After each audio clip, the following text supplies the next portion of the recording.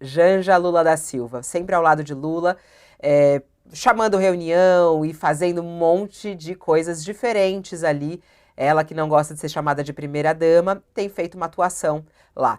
Tem, pelos bastidores, quem acompanha a política, também traz a informação de que Janja tem causado problemas dentro do governo, no sentido de que ela fala para Lula como a questão da taxação dos importados, né? Ela bateu o pé e o, o Haddad engoliu seco ali, travado, e tomou uma grande derrota. Teve que voltar atrás na decisão.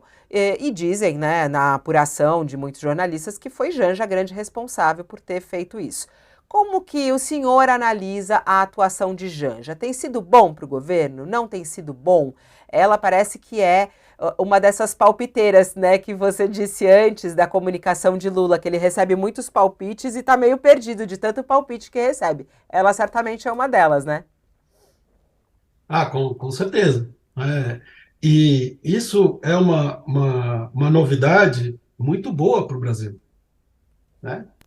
Você tem uma mulher que está ao lado do presidente que diz: olha, eu sou uma militante política como quaisquer das outras pessoas que estão aqui em volta.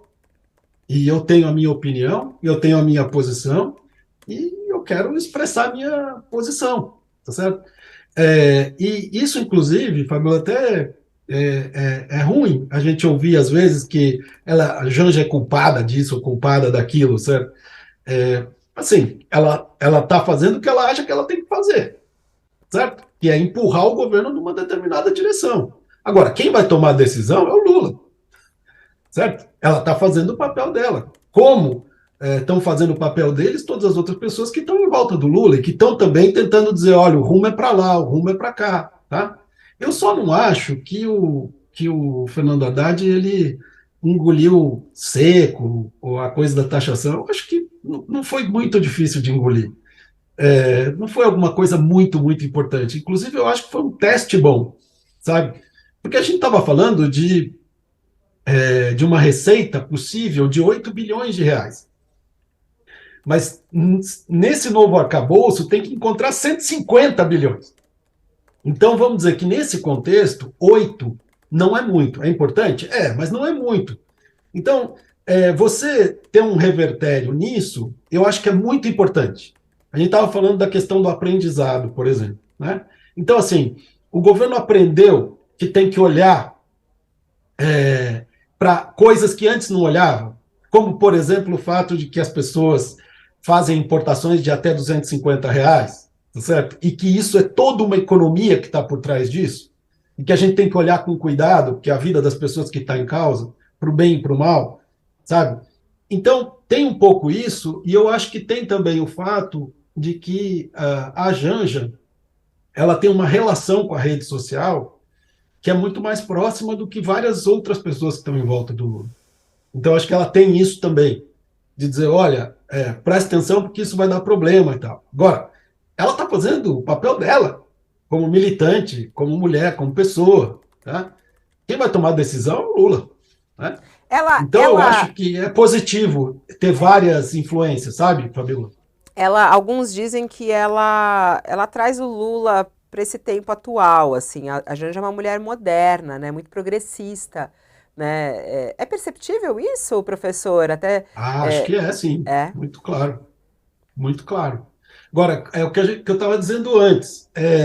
Em relação ao primeiro mandato do Lula, a quantidade de pessoas que tentam levá-lo para uma direção ou para outra, e as posições são muito mais amplas do que ele tinha antes. Antes ele tinha, assim, o Palocci e o Zé Dirceu, sabe? Né, e o governo se organizava um pouco nessas duas vertentes. Agora tem pelo menos umas 5 ou 6 vertentes diferentes. Tá certo? O que corresponde também a uma correlação de força no governo, em que o PT não é o único partido que está ali e as posições no governo não saem de rachas e de divisões internas ao PT. Elas são muito mais amplas. Tem as divisões do PT e tem várias outras pessoas que estão ali em volta. Tá certo? E o Lula agora tem que arbitrar entre muito mais posições. Então é muito mais difícil. Agora, também é um desafio muito interessante para um político. Tá? O que não pode acontecer é ignorar que você está numa situação completamente diferente. Eu acho que isso ninguém ignora no governo, muito menos o Lula. A gente tem Janja de um lado e Michele Bolsonaro do outro, atuando, Isso. crescendo e assumindo papéis políticos, né, Thales? Ela, como presidente do PL, ela entrou diretamente na política e há uma Mas expectativa aí você de que. colocou uma questão que eu acho que é importantíssima, essa questão da Janja trazer o Lula para a modernidade, porque a Janja é desse entorno do Lula, que tem mais ligação com o mundo digital. O senhor falou no Zé Dirceu, Palocci, a turma do PT, essa turma toda é analógica. A turma do entorno do Lula, até o ministro da Comunicação, Paulo Pimenta, essa turma toda é analógica. A Janja não, a Janja é digital. Ela traz e ela tem uma repercussão na internet. Ela, quando ela fala, ela bota o Lula na internet, ela bota o Lula no mundo digital. Não acha que o governo Lula como um todo, isso está precisando entrar mais sair do mundo da visão analógica e entrar no digital? O bolsonarismo está no digital há muito tempo, por exemplo. Exato, cara. Assim, a extrema-direita está muito na frente, né? Em ocupação do espaço digital. E é por isso também, Fabiola, que eu Com acho que a ideias Janja retrógradas, incomoda. né, professor? É isso que é muito Isso! maluco, né? Incrível. Mas veja, é a coisa de aproveitar a oportunidade, tá certo? Se o algoritmo ele favorece quem faz escândalo, quem xinga, etc., ué, eu xingo e faço escândalo, faço tumulto, porque daí eu ganho mais clique, entende? E assim a extrema-direita ascendeu no mundo inteiro, pegando essa brecha desse mundo novo, tá certo? E tem que ter uma resposta das forças progressistas, uma resposta à altura. Então, o que você está dizendo, Thales, é o seguinte: eu acho que a imagem que eu queria dar era exatamente essa. Quer dizer, você tem uma passagem do mundo analógico para o mundo digital que é muito complicado, porque é, não adianta pessoas que faziam política tradicional dizerem agora eu vou me digitalizar. Não é assim que acontece, tá certo?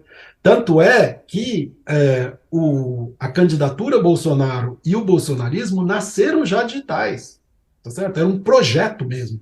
E um projeto com conexões com a extrema-direita mundial, certo? Que estava fazendo isso mais ou menos ao mesmo tempo ali no começo dos anos 2010, tá certo? Mais ou menos há uns 11, 10, 11 anos, tá certo? Que começou isso. Então, precisa ter mais pessoas como a Janja, tá certo? Perto do Lula. Porque também é o seguinte, não pode ter só uma pessoa que representa esse novo mundo digital, porque esse novo mundo digital não tem oposição só. Também, certo? Então, você tem toda a razão que tem que ter um processo de digitalização da cabeça e da ação do governo, saber lidar com esse mundo. Tá? Não pode ter uma pessoa que é a Janja digitalizada e o resto que continua analógico. Não dá. Precisa ter mais pessoas, tá certo?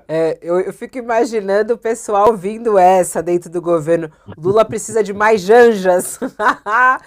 Vai A causar, Janja que hein? não deve gostar disso, né? Muita Janja em volta do Lula, mas Não, mas, enfim, posições diferentes, tá certo? Posições diferentes, porque o mundo digital não é único também, certo? Não, não existe né, um profeta do mundo digital que vai dizer, olha, é assim que você tem que agir. Não. Dentro do mundo digital, como estratégia digital, se você tiver pessoas que realmente estão digitalizadas, elas vão te dizer, olha, tem 3 ou 4 possibilidades aqui nessa questão. Agora, Né? Então, é interessante isso que. Fabiola, por exemplo, só a questão das escolas, tá certo? Por que o governo demorou a reagir? Porque demorou a entender que nas redes essa questão tinha se tornado uma questão emergencial e estava realmente na beira do pânico. Então, ou seja, está faltando escuta. Porque os mecanismos tradicionais de escuta, isso que o Thales chamou de analógico, quais são? Movimentos sociais, sindicatos, etc. É importante? Continua sendo. Não é que o mundo acabou com o movimento social, continua existindo e é importante que seja. Inclusive, tem movimentos sociais que são digitais mesmo. Mas a escuta das redes é algo que precisa acontecer no governo. Aliás,